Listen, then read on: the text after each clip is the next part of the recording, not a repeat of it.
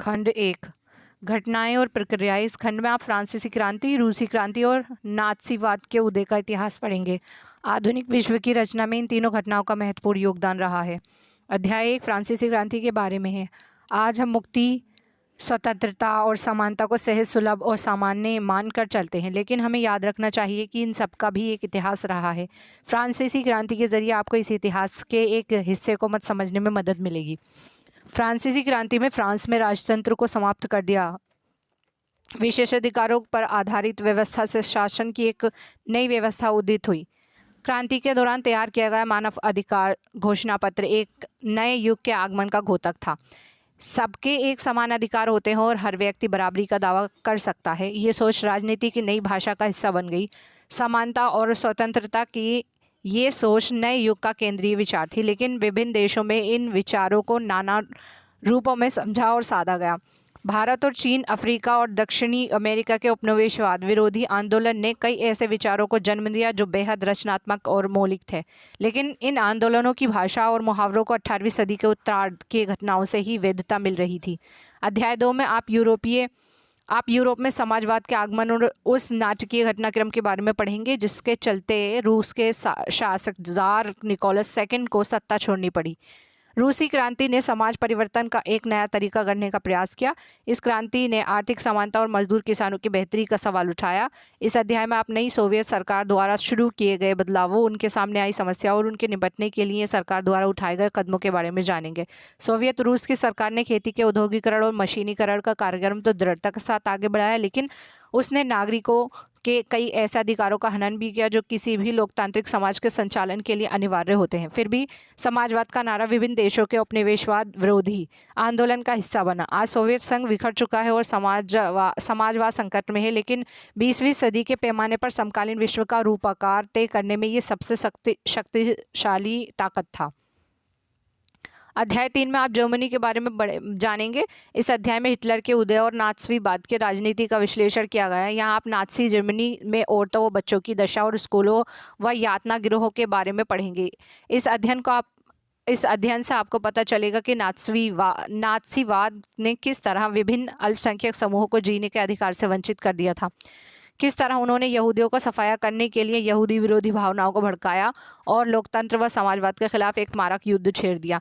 नात्सीवाद के उदय की कहानी सिर्फ कुछ खास घटनाओं, सत्ता के पेशाचिक चाह, हत्याकांड और मौत की कहानी भर नहीं है। वे विभिन्न स्तरों पर चलने वाली एक विस्तृत और दिल दहला देने वाली व्यवस्था की कहानी है। भारत में भी कुछ लोग हिटलर के विचारों से काफ़ी प्रभावित हुए, लेकिन ज़्यादातर लोगों को नात्सीवाद के उदय पर खौफ ही महसूस हुआ।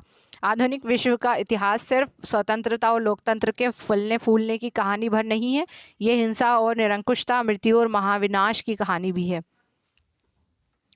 फ्रांसीसी क्रांति 14 जुलाई 1789 की सुबह पेरिस नगर में आतंक का माहौल था। सम्राट ने सेना को शहर में घुसने का आदेश दे दिया था। अफवाह थी कि वह सेना को नागरिकों पर गोलियां चलाने का आदेश देने वाला है।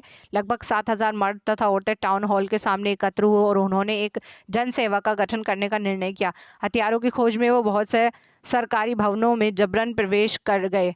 अंततः सैकड़ों लोगों को एक समूह पेरिस नगर के पूर्वी भाग की ओर चल पड़ा और बास्टाइल किले के जेल को तोड़ डाला, वहाँ जहाँ भारी मात्रा में गोला बारूद मिलने की संभावना थी। हथियारों पर कब्जा की इस सशस्त्र लड़ाई में बास्तील का कमांडर मारा गया और कैदी छुड़ा लिए गए। यद्यपि उनकी संख्या केवल 7 थी, सम्राट की निरंकुश शक्तियों का प्रतीक होने के कारण बास्तील किला लोगों की घृणा का केंद्र था। इसीलिए किले को ढह दिया गया और उसके अवशेष बाजार में उन लोगों को बेच दिए गए जो इस ध्वंस को बतौर स्मृति चिन्ह संजोना चाहते थे।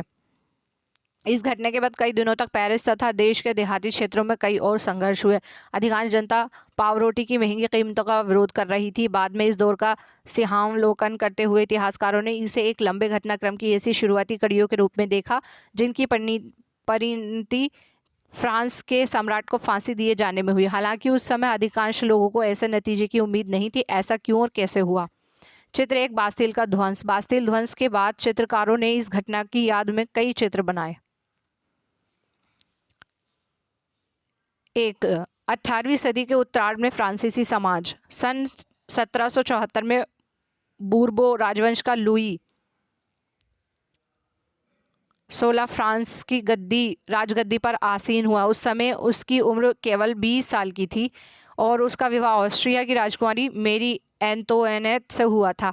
राज्यारोहण के समय उसने राजकोषी खाली पाया। लंबे समय तक चले युद्धों के कारण फ्रांस के वित्तीय संसाधन नष्ट हो चुके थे। वर्साय के विशाल महल और राज दरबार के शानो शौकत बनाए रखने की फिजूल खर्ची का बोझ अलग से था। लुई 16 के शासनकाल में फ्रांस ने अमेरिका के 13 उपनिवेशों के साझा शत्रु ब्रिटेन के आज़ाद कराने में सहायता दी थी। इस युद्ध के चलते फ्रांस पर 10 अरब लीरवे से भी अधिक का खर्चा और जुड़ गया था,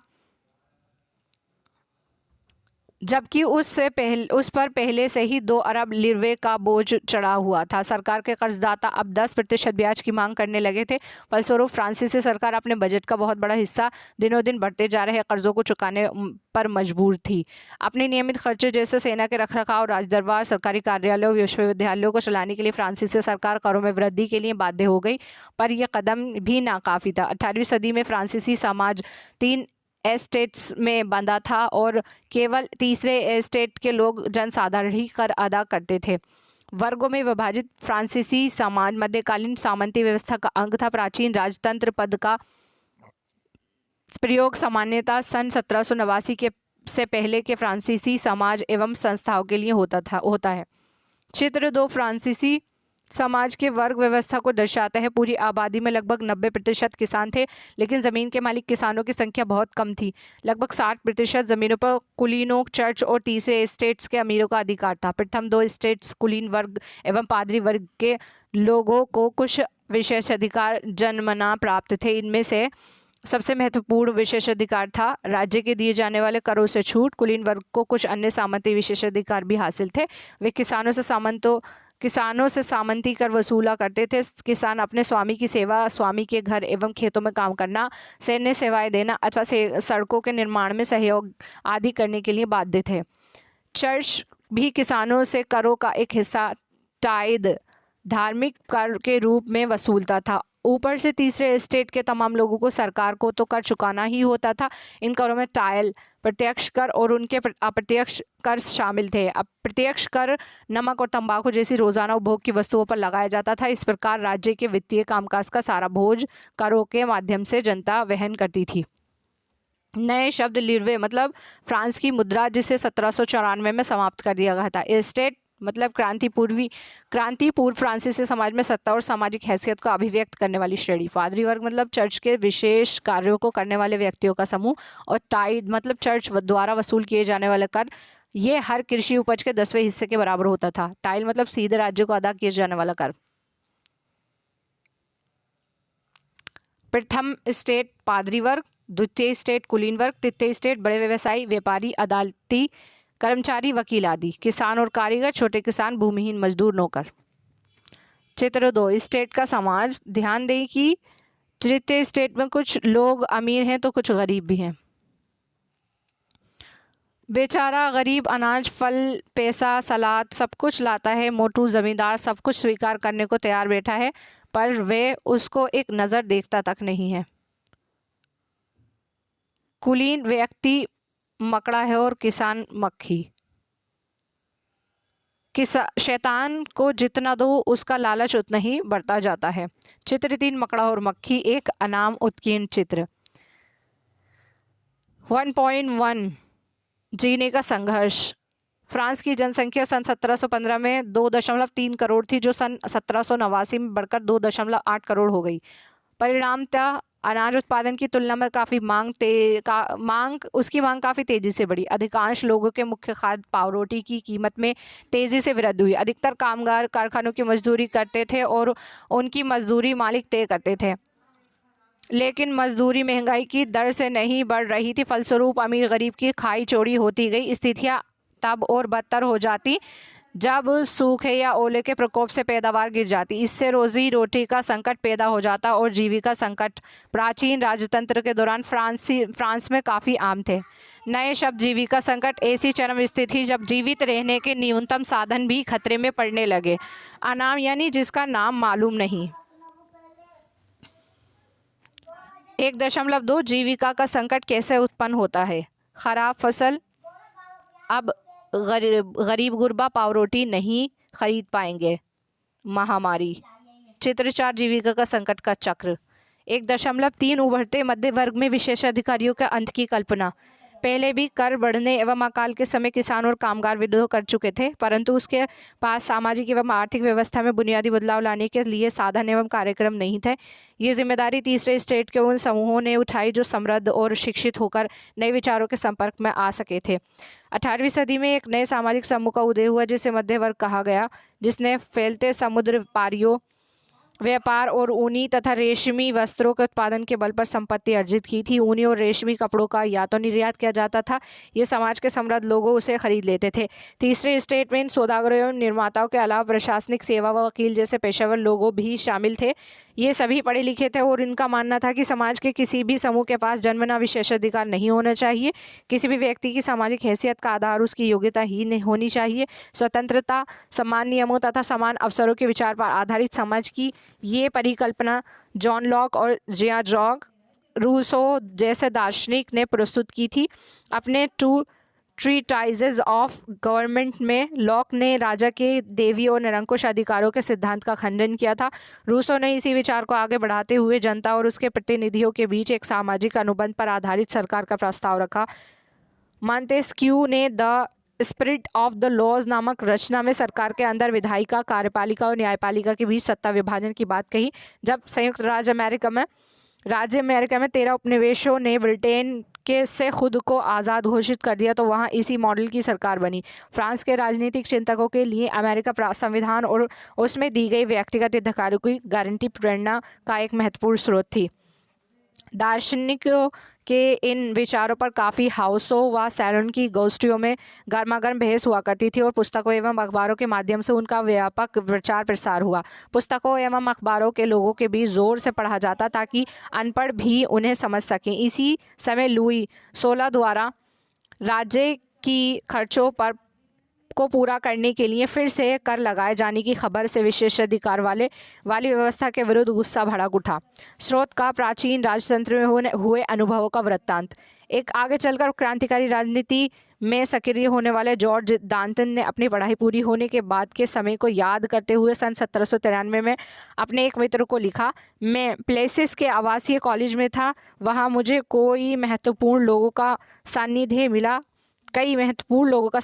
पढ़ाई पूरी होने के बाद बेकारी के दिनों में मैं नौकरी की तलाश में जुट गया। पेरिस के न्यायालयों में नौकरी मिलनी असंभव थी। सेना में नौकरी का विकल्प मेरे लिए नहीं था क्योंकि मैं ना तो जन्मजात कुलीन था और ना ही मेरे कोई संरक्षक था। चर्च भी मुझे आसरा नहीं दे सका। मैं कोई ओहदा भी खरीदने की स्थिति में नहीं था क्योंकि मेरी जेब में 100 फ्रांसीसी पैसा तक नहीं था। पुराने दोस्तों ने भी मुँह मोड़ लिया था। व्यवस्था ने हमें पढ़ा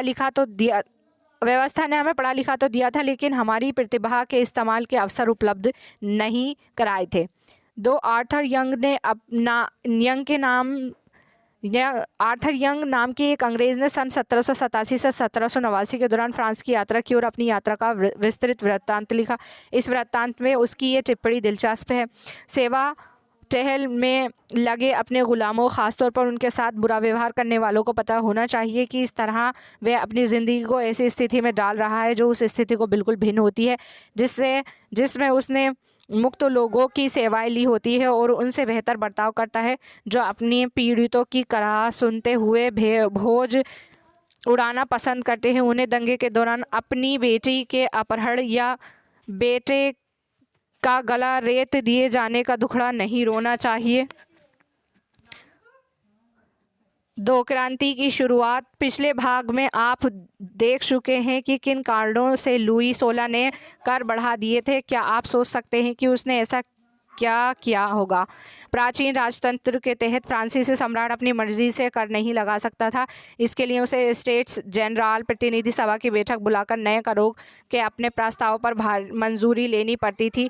स्टेट जनरल एक राजनीतिक व्यवस्था थी जिसमें तीनों स्टेट अपने अपने प्रतिनिधि भेजते थे, लेकिन सम्राट ही ये निर्णय करता था कि इस संस्था के बैठक कब बुलाई जाए। उसकी अंतिम बैठक सन 1614 में बुलाई गई थी। फ्रांसीसी सम्राट ने लुई 16 ने फ्रांसीसी सम्राट लुई 16 ने 5 मई 1789 को नए करों के प्रस्ताव के अनुमोदन के लिए स्टेट जनरल की बैठक बुलाई। प्रतिनिधियों की मेजबानी के लिए वर्साई के एक आलीशान भवन को सजाया गया। पहले और दूसरे स्टेट ने इस बैठक में अपना 300 प्रतिनिधि भेजे, जो आमने सामने की कतारों में बिठाए गए। तीसरे स्टेट के 16 प्रतिनिधि उनके पीछे खड़े किए गए। तीसरे स्टेट का प्रतिनिधि इसके अपेक्षाकृत समृद्ध एवं शिक्षित वर्ग कर रहे थे। किसानों और एवं कारीगरों की सभा में प्रवेश वर्जित था। फिर भी लगभग 40,000 पत्रों के माध्यम से उनकी शिकायतें एवं मांगों की सूची बनाई गई, जिसे प्रतिनिधि अपने साथ लेकर आए थे। स्टेट जनरल के नियमों के अनुसार प्रत्येक वर्ग को एक मत देने का अधिकार था। जब इस बार भी लुई 16 इसी प्रथा का पालन करने के लिए दृढ़ प्रतिज्ञ था, परंतु तीसरे वर्ग के प्रतिनिधियों ने मांग रखी कि अब की बार पूरी सभा द्वारा मतदान कराया जाना चाहिए, जिसमें प्रत्येक सदस्य को एक मत देने का अधिकार होगा। ये एक लोकतांत्रिक सिद्धांत था, जिसे मिसाल के तौर पर रूसो ने अपनी पुस्तक द सोशल कॉन्ट्रैक्ट में प्रस्तुत किया था। जब सम्राट ने इस प्रस्ताव को अस्वीकार कर दिया तो तीसरे स्टेट के प्रतिनिधि विरोध जताते हुए सभा से बाहर चले गए। तीसरे स्टेट के प्रतिनिधि खुद को संपूर्ण फ्रांसीसी राष्ट्र का प्रवक्ता मानते थे। 20 जून को ये प्रतिनिधि वर्साई के इंडोर टेनिस कोर्ट में जमा हुए। उन्होंने अपने आप को नेशनल असेंबली घोषित कर दिया और शपथ ली कि जब तक सम्राट की शक्तियों को कम करने वाला संविधान तैयार नहीं किया जाएगा, तब तक असेंबली भंग नहीं होगी। उनका नेतृत्व मिराबियो और आबेसिये ने किया। मिराबियो का जन्म कुलीन परिवार में हुआ था, लेकिन वे सामंती विशेषाधिकारों वाले समाज को खत्म करने की जरूरत से सहमत था। उसने एक पत्रिका निकाली और वर्साई में जुटी भीड़ के समक्ष जोरदार भाषण भी दिए। आबेसिये मूलतः पादरी था और उसने तीसरा स्टेट क्या है शीर्षक से एक अत्यंत प्रभावशाली प्रचार पुस्तिका पैम्फलेट लिखी। कुछ महत्वपूर्ण तिथियां। 1774 लुई 16 फ्रांस का राजा बनता है। सरकारी खजाना खाली हो चुका है और प्राचीन राजतंत्र के समाज में असंतोष गहराता जा रहा है। 1789 स्टेट जनरल का आह्वान। तृतीय स्टेट नेशनल असेंबली का गठन करता है। बास्तिल पर हमला, देहात में किसानों का विद्रोह। और 1791 में सम्राट की शक्तियों पर अंकुश लगाने और सभी मनुष्यों को मूलभूत अधिकार प्रदान करने के लिए संविधान बनाया जाता है। 1792 से 93 में फ्रांस गणराज्य बनता है। सिर काटकर राजा को मार दिया जाता है। जैकोबिन गणराज्य का पतन। फ्रांस पर डायरेक्टरी का शासन। 1804 नेपोलियन फ्रांस का सम्राट बनता है। यूरोप में विशाल भूभाग पर कब्जा कर लेता है। और 1815 में वाटरलू में नेपोलियन की हार। क्षेत्र 5 टेनिस कोर्ट में शपथ। एक विशाल पेंटिंग के लिए जॉक लुई डेविड द्वारा बनाया गया शुरुआती रेखांकन। ये तस्वीर नेशनल असेंबली में लगाई जाती थी। जिस नेशनल असेंबली संविधान का प्रस्ताव करने में व्यस्त थी जिस वक्त नेशनल असेंबली संविधान का प्रारूप तैयार करने में व्यस्त थी, पूरा फ्रांस आंदोलित हो रहा था। कड़ाके की ठंड के कारण फसल मारी गई थी और पावरोटी की कीमतें आसमान छू रही थी। बेकरी मालिक स्थिति का फ़ायदा उठाते हुए जमाखोरी में जुटे थे। बेकरी की दुकानों पर घंटों के इंतजार के बाद गुस्साई औरतें भी भीड़ ने दुकान पर धावा बोल दिया। दूसरी तरफ सम्राट ने सेना के पेरिस में प्रवेश करने का आदेश दे दिया था। क्रुद्ध भीड़ ने 14 जुलाई को बास्तिल पर धावा बोलकर उसे नेस्तो नाबूद कर दिया। देहाती इलाकों में गांव-गांव ये अफवाह फैल गई कि जागीरों के मालिकों ने भाड़े पर लट्ठे तो लुटेरों के गिरोह बुलाए हैं, जो की फसलों को तबाह करने निकल पड़े हैं। कई जिलों में भय को आक्रांत होकर किसानों ने कुदालों और बेलचों से ग्रामीण किलों पर आक्रमण कर दिए। उन्होंने अन्न भंडारों को लूट लिया और लगान संबंधी दस्तावेजों को जलाकर राख कर दिया। कुलीन बड़ी संख्या में अपनी जागीरें छोड़कर भाग गए। बहुतों ने तो पड़ोसी देशों में जाकर शरण ली। अपनी विद्रोह प्रजा की शक्ति का अनुमान करके लुई 16 ने अंततः नेशनल असेंबली को मान्यता दे दी और ये भी मान लिया कि उसकी सत्ता पर अब से संविधान का अंकुश होगा। 4 अगस्त 1789 की रात को असेंबली ने करों, कर्तव्यों और बनने वाली सामंती व्यवस्था के उन्मूलन का आदेश पारित किया। पादरी वर्ग के लोगों को भी अपने विशेषाधिकारियों को छोड़ देने के लिए विवश किया गया। धार्मिक कर समाप्त कर दिया गया और चर्च के स्वामित्व वाली भूमि जब्त कर ली गई। इस प्रकार कम से कम 20 अरब लिरवे की संपत्ति सरकार के हाथ में आ गई। चित्र 6 भेगी लहर का प्रसार मानचित्र से पता चलता है कि किस तरह किसानों के जत्थे एक जगह से दूसरी जगह फैलते चले गए। 2.1 फ्रांस संवैधानिक राजतंत्र बन गया। नेशनल असेंबली ने सन 1791 में संविधान का प्रारूप कर लिया था। पूरा कर लिया था। इसका मुख्य उद्देश्य था सम्राट की शक्तियों को सीमित करना। एक व्यक्ति के हाथ में केंद्रीकृत होने के बजाय अब इन शक्तियों को विभिन्न संस्थाओं, विधायिका, कार्यपालिका एवं न्यायपालिका में विभाजित एवं हस्तांतरित कर दिया गया। इस प्रकार फ्रांस में संवैधानिक राजतंत्र की नींव पड़ी। चित्र 7 दिखाता है कि नई राजनीतिक व्यवस्था कैसे काम करती है।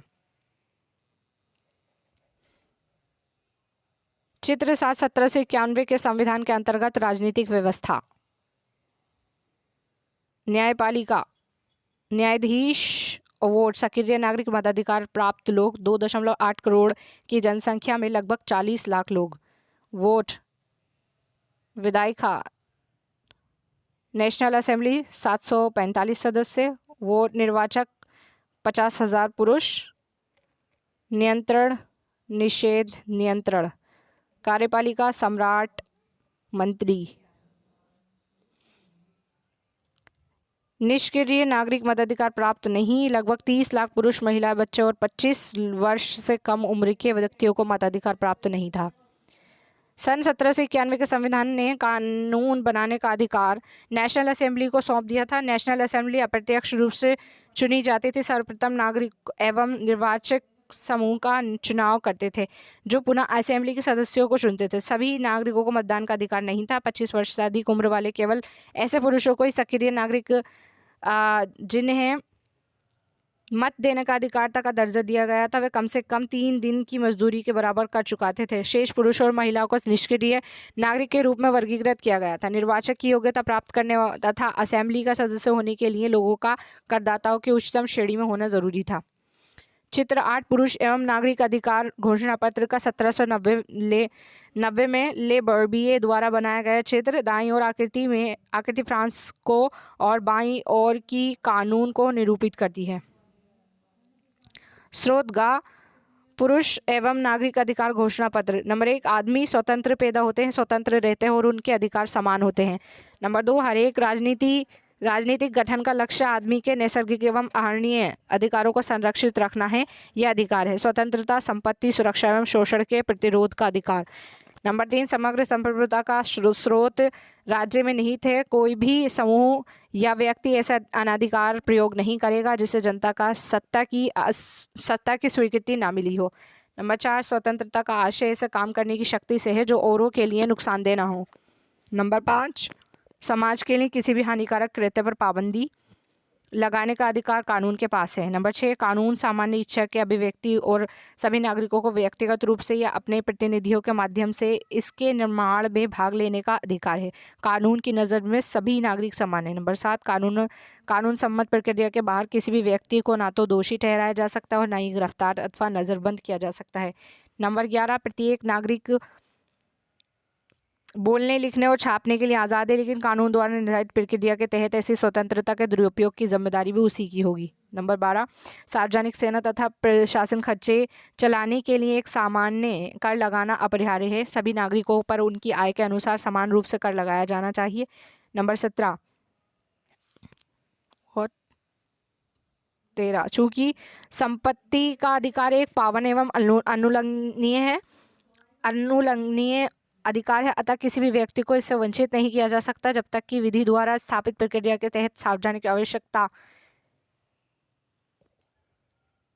के लिए संपत्ति का अधिग्रहण करना आवश्यक न हो। ऐसे मामलों में अग्रिम मुआवजा जरूर दिया जाना चाहिए।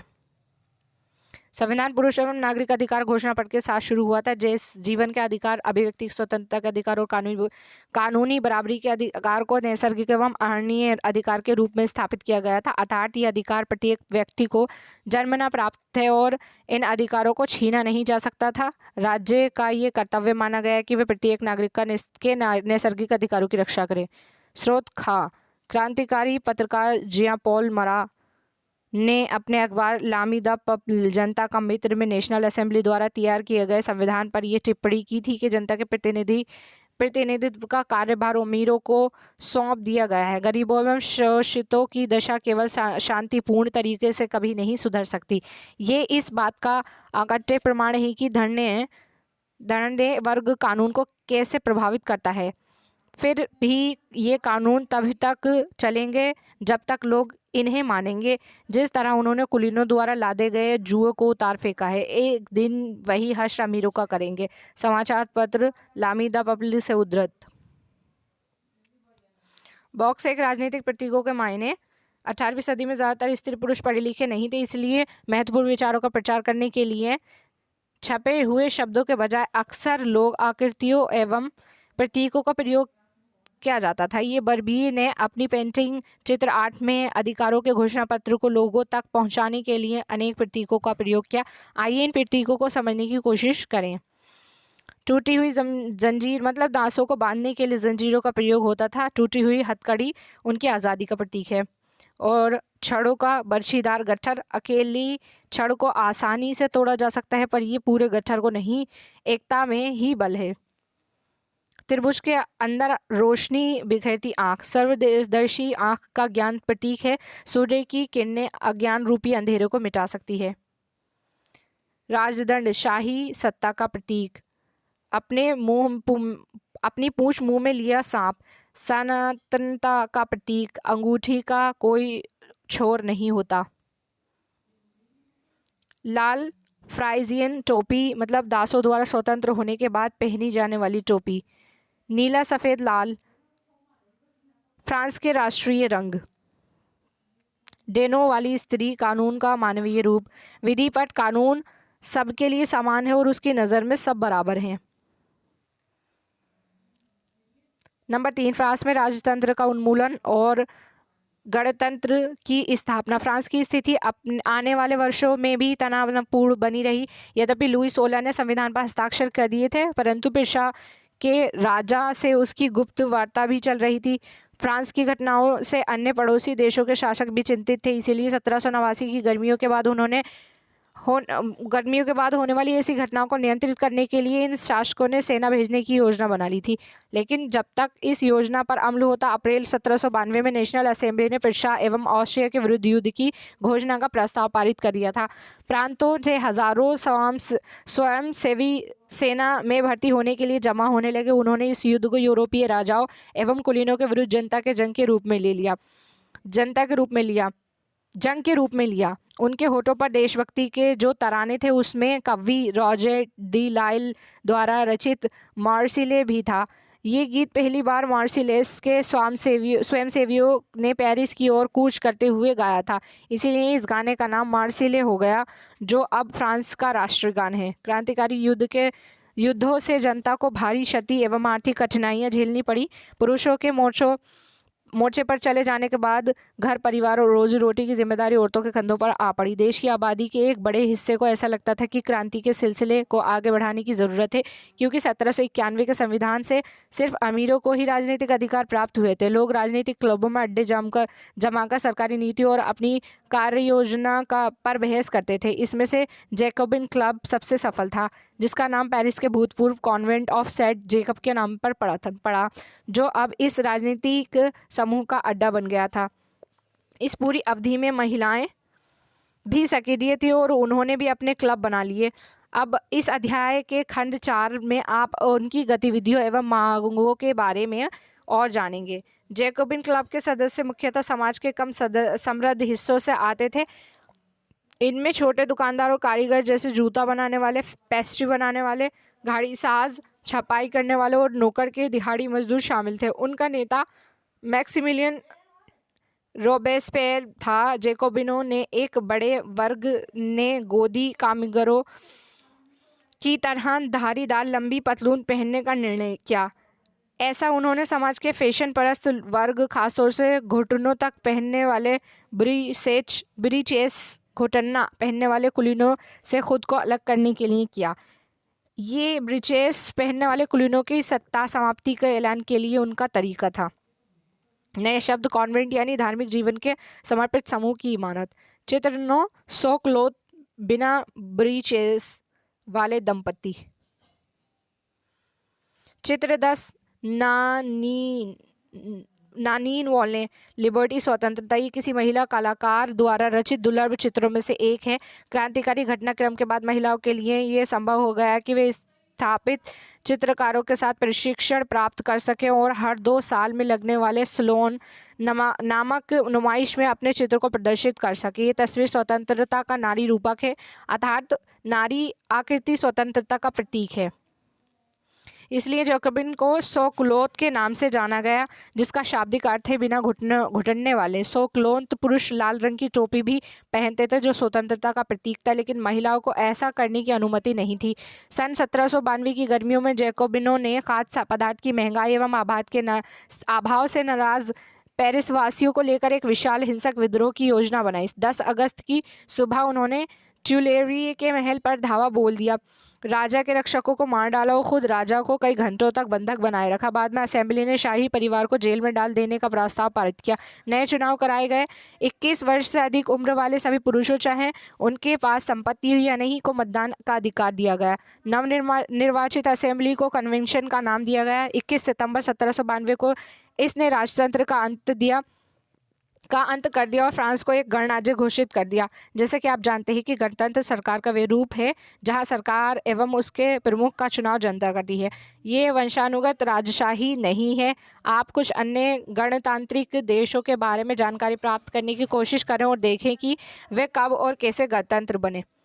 लुई 16 को न्यायालय द्वारा देशद्रोह के आरोप में मौत की सज़ा सुना दी गई। 21 जनवरी 1793 के प्लेस डी लॉ कॉनकॉर्ड में उसे सार्वजनिक रूप से फांसी दे दी गई। जल्द ही रानी मेरी एंटोनेट का भी वही हश्र हुआ। नए शब्द देशद्रोह मतलब अपने देश या सरकार से विश्वासघात करना। 3.1 आतंक राज। सन 1793 से 1794 तक के काल को आतंक का युग कहा जाता है। रोबेस्पियर ने नियंत्रण एवं दंड की सख्त नीति अपनाई। उसके हिसाब से दंड के जो भी शत्रु थे, कुलीन एवं पादरी, अन्य राजनीतिक दलों के सदस्य, उसकी कार्यशैली से असहमति रखने वाली पार्टी सदस्य, उन सभी को गिरफ्तार कर जेल में डाल दिया गया और एक क्रांतिकारी न्यायालय द्वारा उन पर मुकदमा चलाया गया। यदि न्यायालय उन्हें दोषी पाता तो गिलोटिन पर चढ़ाकर उनका सिर कलम कर दिया जाता था। गिलोटिन 2 खंभों के बीच लटकते आरे वाली मशीन का था, जिस पर रखकर अपराधी का सिर धड़ से अलग कर दिया जाता था। इस मशीन का नाम इसके आविष्कारक डॉक्टर गिलोटिन के नाम पर पड़ा था। रोबेस्पियर सरकार ने कानून बनाकर मजदूरी एवं कीमतों के अधिकतम सीमा तय कर दी। गोश्त एवं पावरोटी की राशनिंग कर दी गई। किसानों को अपना अनाज शहरों में ले जाकर सरकार द्वारा तय कीमत पर बेचने के लिए बाध्य किया गया।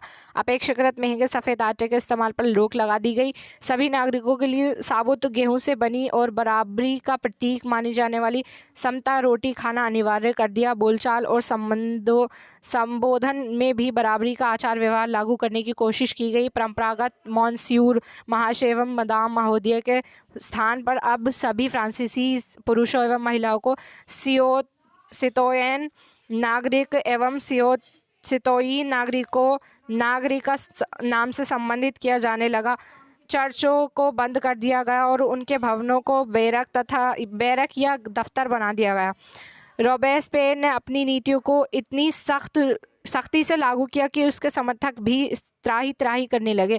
अंततः जुलाई 1794 में न्यायालय द्वारा उसे दोषी ठहराया गया और गिरफ्तार करके अगले ही दिन उसे गिलोटिन पर चढ़ा दिया गया। स्रोत घ स्वतंत्रता लिबर्टी क्या है? 2 परस्पर विरोधी विचार।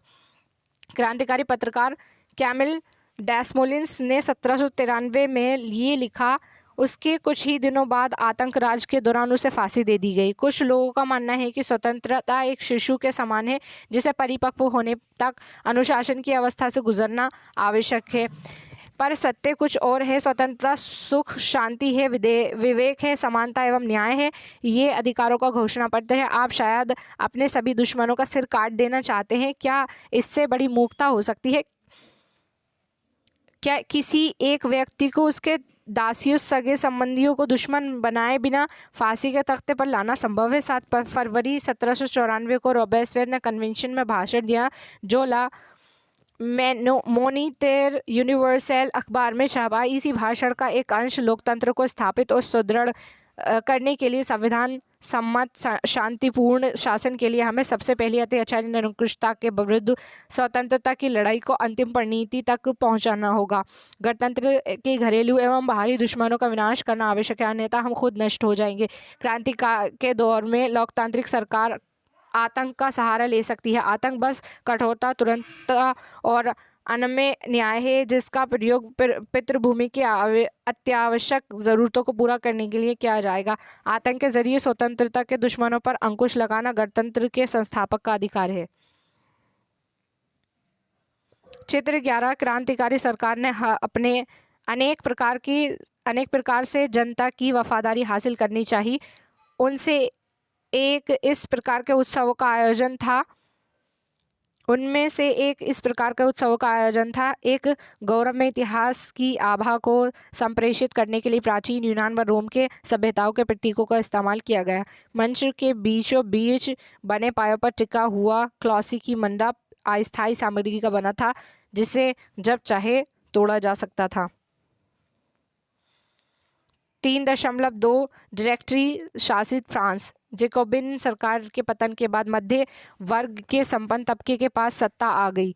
अब नए संविधान के तहत संपत्तिहीन तबके को मताधिकार से वंचित कर दिया गया। इस संविधान में 2 चुनी गई विधानसभा परिषदों का प्रावधान था। इन परिषदों में ने 5 सदस्यों वाली एक कार्यपालिका डायरेक्टरी को नियुक्त किया। इस प्रावधान के जरिए जैकोबिन के शासनकाल वाली एक व्यक्ति केंद्रित कार्यपालक से बचने की कोशिश की गई, लेकिन डायरेक्टरों का झगड़ा अक्सर विधान परिषदों में होता और तब परिषद उन्हें बर्खास्त करने की चेष्टा करती। डायरेक्टरी की राजनीतिक अस्थिरता ने सैनिक तानाशाह नेपोलियन बोनापार्ट के उदय का मार्ग प्रशस्त कर दिया। सरकार के स्वरूप में इन सभी परिवर्तनों के दौरान स्वतंत्रता, विधि सम्मत समानता और बंधुत्व प्रेरक आदर्श बन रहे। इन मूल्यों ने आगामी सदी में न सिर्फ फ्रांस की बल्कि बाकी यूरोप की राजनीतिक आंदोलन को भी प्रेरित किया। 4. क्या महिलाओं के लिए भी क्रांति हुई? चित्र 12 वर्साई की ओर कूच करती पेरिस की महिलाएं। ये चित्र 5 अक्टूबर 1789 की घटना कई चित्रों में से एक है। उस दिन महिलाएं पेरिस से वर्साई जाकर राजा को अपने साथ लेकर लौटी थीं। महिलाएं शुरू से ही फ्रांसीसी समाज में इतने अहम परिवर्तन लाने वाली गतिविधियों में सक्रिय रूप से शामिल थी। उन्हें उम्मीद थी कि उनकी भागीदारी क्रांति सरकार को उनका जीवन सुधारने हेतु ठोस कदम उठाने के लिए प्रेरित करेगी। तीसरे स्टेट के अधिकांश महिलाएं जीविका निर्वाह के लिए काम करती थी। वे सिलाई बुनाई, कपड़ों की धुलाई करती थी, बाजारों में फल फूल सब्जियां बेचती थी अथवा संपन्न घरों में घरेलू काम करती थी।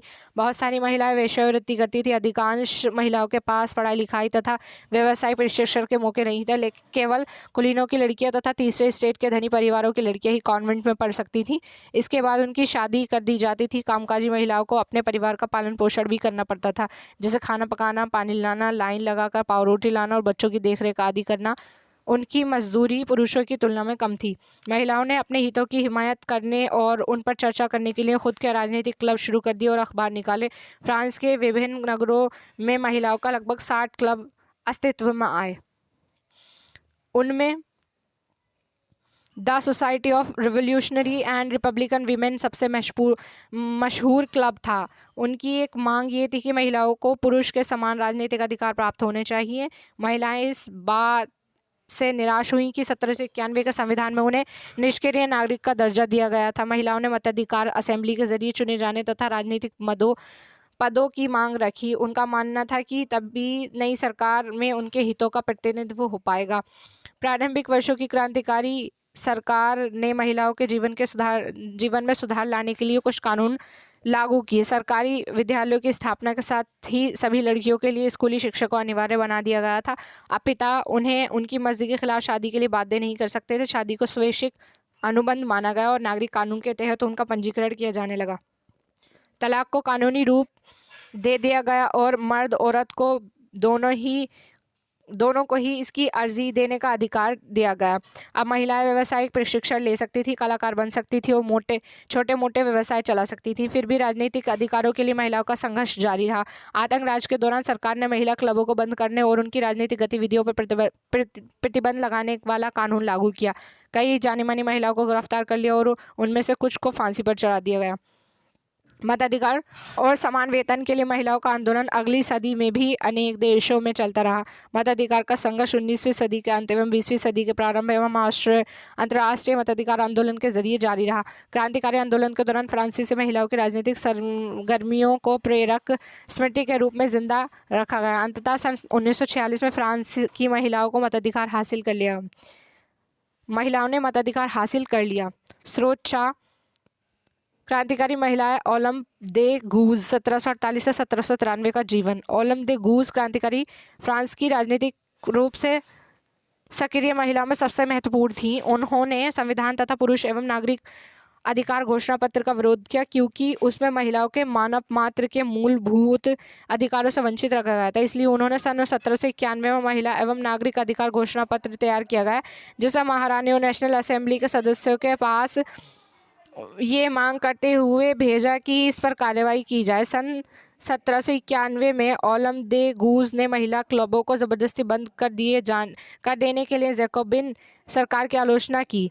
उन पर नेशनल कन्वेंशन द्वारा देशद्रोह का मुकदमा चलाया गया। इसके तुरंत बाद उन्हें फांसी पर लटका दिया गया। स्रोत शाह ओलम दे गूज के घोषणा पत्र में उल्लिखित कुछ मूलभूत अधिकार। नंबर 1, औरत जन्मना स्वतंत्र है और अधिकारों में पुरुष के समान है। नंबर 2, सभी राजनीतिक संगठनों का लक्ष्य पुरुष एवं महिला के नैसर्गिक अधिकारों को संरक्षित करना है। ये अधिकार है स्वतंत्रता, संपत्ति, सुरक्षा और सबसे बढ़कर शोषण के प्रतिरोध का अधिकार। नंबर 3, समग्र संप्रभुता का स्रोत राष्ट्र में निहित है, जो पुरुष एवं महिलाओं के संघ के सिवाय कुछ नहीं है। नंबर 4, कानून सामान्य इच्छा की अभिव्यक्ति होनी चाहिए। सभी महिला एवं पुरुष नागरिकों का या तो व्यक्तिगत रूप से या उनकी प्रतिनिधियों के माध्यम से विधि निर्माण में दखल होना चाहिए। ये सभी के लिए समान होना चाहिए। सभी महिला एवं पुरुष नागरिक अपनी योग्यता एवं प्रतिभा के बल पर समान रूप से बिना बिना किसी भेदभाव के हर तरह के सम्मान व सार्वजनिक पद के हकदार हैं। नंबर 5, कोई भी महिला अपवाद नहीं है। वे विधि सम्मत प्रक्रिया द्वारा अपराधी ठहराई जा सकती है, गिरफ्तार और नजरबंद की जा सकती है। पुरुषों की तरह महिलाएं भी इस कठोर कानून का पालन करें। चित्र 13, बेकरी की दुकान पर कतार में महिलाएं। स्रोत जा सन 1793 में जैकोबिन राजनीतिक शोमेत ने इन अधिकारों पर महिला क्लबों को बंद करने को निर्णय उचित ठहराया। क्या प्रकृति ने घरेलू कार्य पुरुषों को सौंपा है? क्या प्रकृति ने बच्चों की दूध पिलाने के लिए हमें स्तन दिए हैं? नहीं। प्रकृति ने पुरुष से कहा, पुरुष बनो, शिकार, कृषि, राजनीतिक कर्तव्य ये तुम्हारा साम्राज्य है। प्रकृति ने महिला से कहा, स्त्री बनो, गृहस्थी के काम, मातृत्व के खुद सुखदायित्व यही तुम्हारे कार्य हैं। पुरुष बनने की इच्छा रखने वाली महिलाएं निर्लज्ज हैं। क्या जिम्मेदारियां का उचित बंटवारा नहीं चुका है? 5, दास प्रथा का उन्मूलन। फ्रांसीसी उपनिवेशवाद में दास प्रथा का उन्मूलन जैकोबिन शासक के क्रांतिकारी सामाजिक सुधारों में से एक था। कैरिबियाई उपनिवेश मार्टिनिक, गौडेलॉप और सैन डोमिंगो तंबाकू, नील, चीनी एवं कॉफ़ी जैसी वस्तुओं के महत्वपूर्ण आपूर्तिकर्ता थे। अपरिचित एवं दूर देश जाने और काम करने के प्रति यूरोपियों की अनिच्छा का मतलब था बागानों में श्रम की कमी। इस कमी को यूरोप, अफ्रीका एवं अमेरिका के बीच त्रिकोणीय दास व्यापार का द्वारा पूरा किया गया। दास व्यापार 17वीं शताब्दी में शुरू हुआ। फ्रांसीसी सौदागरों बोर्दे या नान्ते बंदरगाह से अफ्रीका तट पर जहाज ले जाते थे, जहां से स्थानीय सरदारों से दास खरीदते थे। दासों को दाग कर एवं हथकड़ियाँ डालकर अटलांटिक महासागर के पार कैरिबियाई देशों तक 3 माह की लंबी समुद्री यात्रा के लिए जहाज़ों में ठूस दिया जाता था। वहाँ उन्हें बागान मालिकों को बेच दिया जाता था। दास श्रम के बल पर यूरोपीय बाजार में चीनी, कॉफ़ी एवं नील की बढ़ती मांग को पूरा करना संभव हुआ।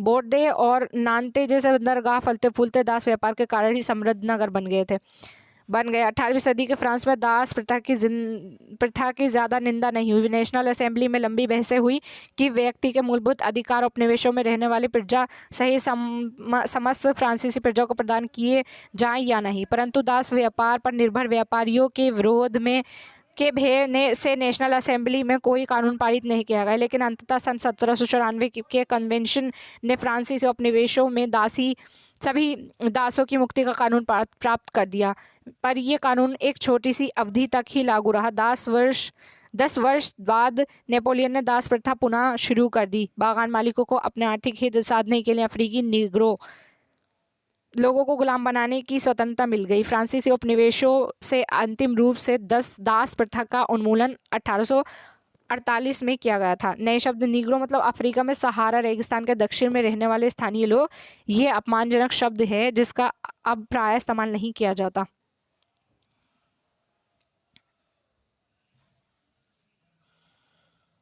चित्र 14 दास मुक्ति सन 1794 में इस चित्र में दासों की मुक्ति का विवरण है। शीर्ष पर तिरंगे बैनर का नारा है, मनुष्य के अधिकार। नीचे अभिलेख कहता है कि गुलामों की मुक्ति। एक फ्रांसीसी महिला अफ्रीकी एवं अमेरिकी इंडियन दासों को यूरोपीय कपड़े देकर उन्हें सभ्य बनाने की चेष्टा कर रही है।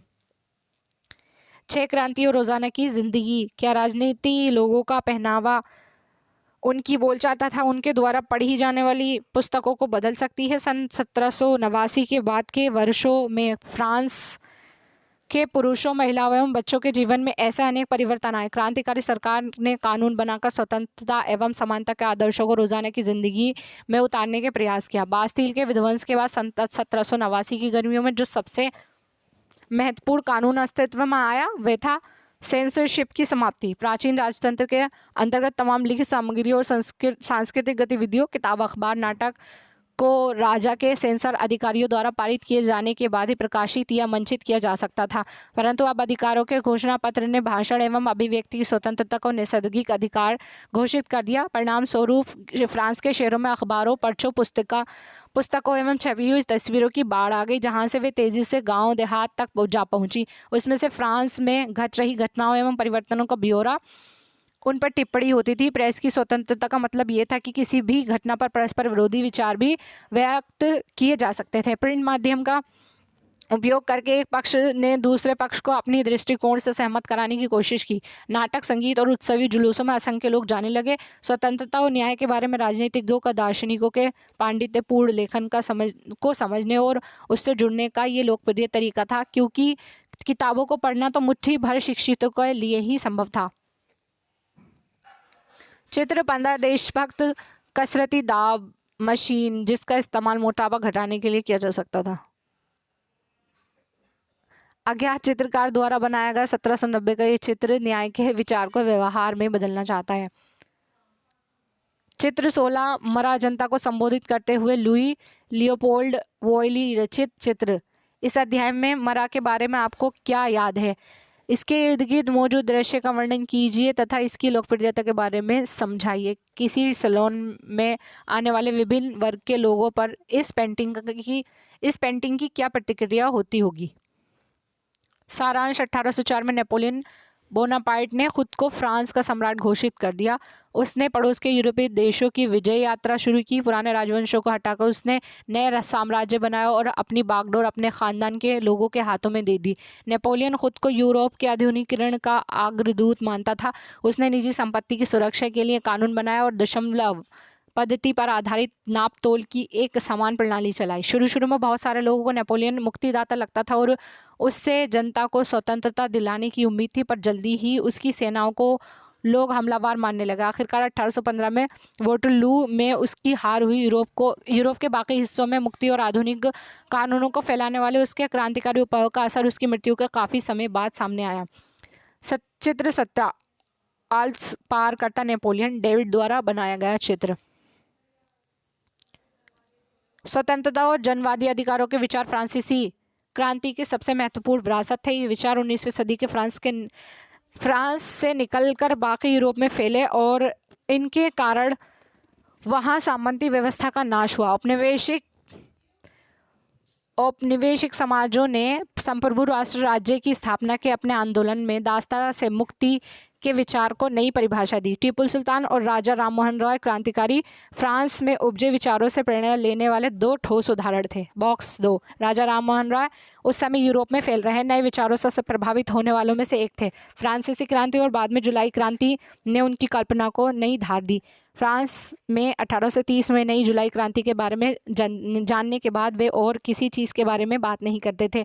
हालांकि एक दुर्घटना के कारण वे उन दिनों लंगड़ा कर चलते थे, लेकिन इंग्लैंड जाते हुए केपटाउन में वे जिद करने लगे कि वे उन्हें क्रांतिकारी तिरंगे झंडे वाले युद्धपोत दिखाए जाएं।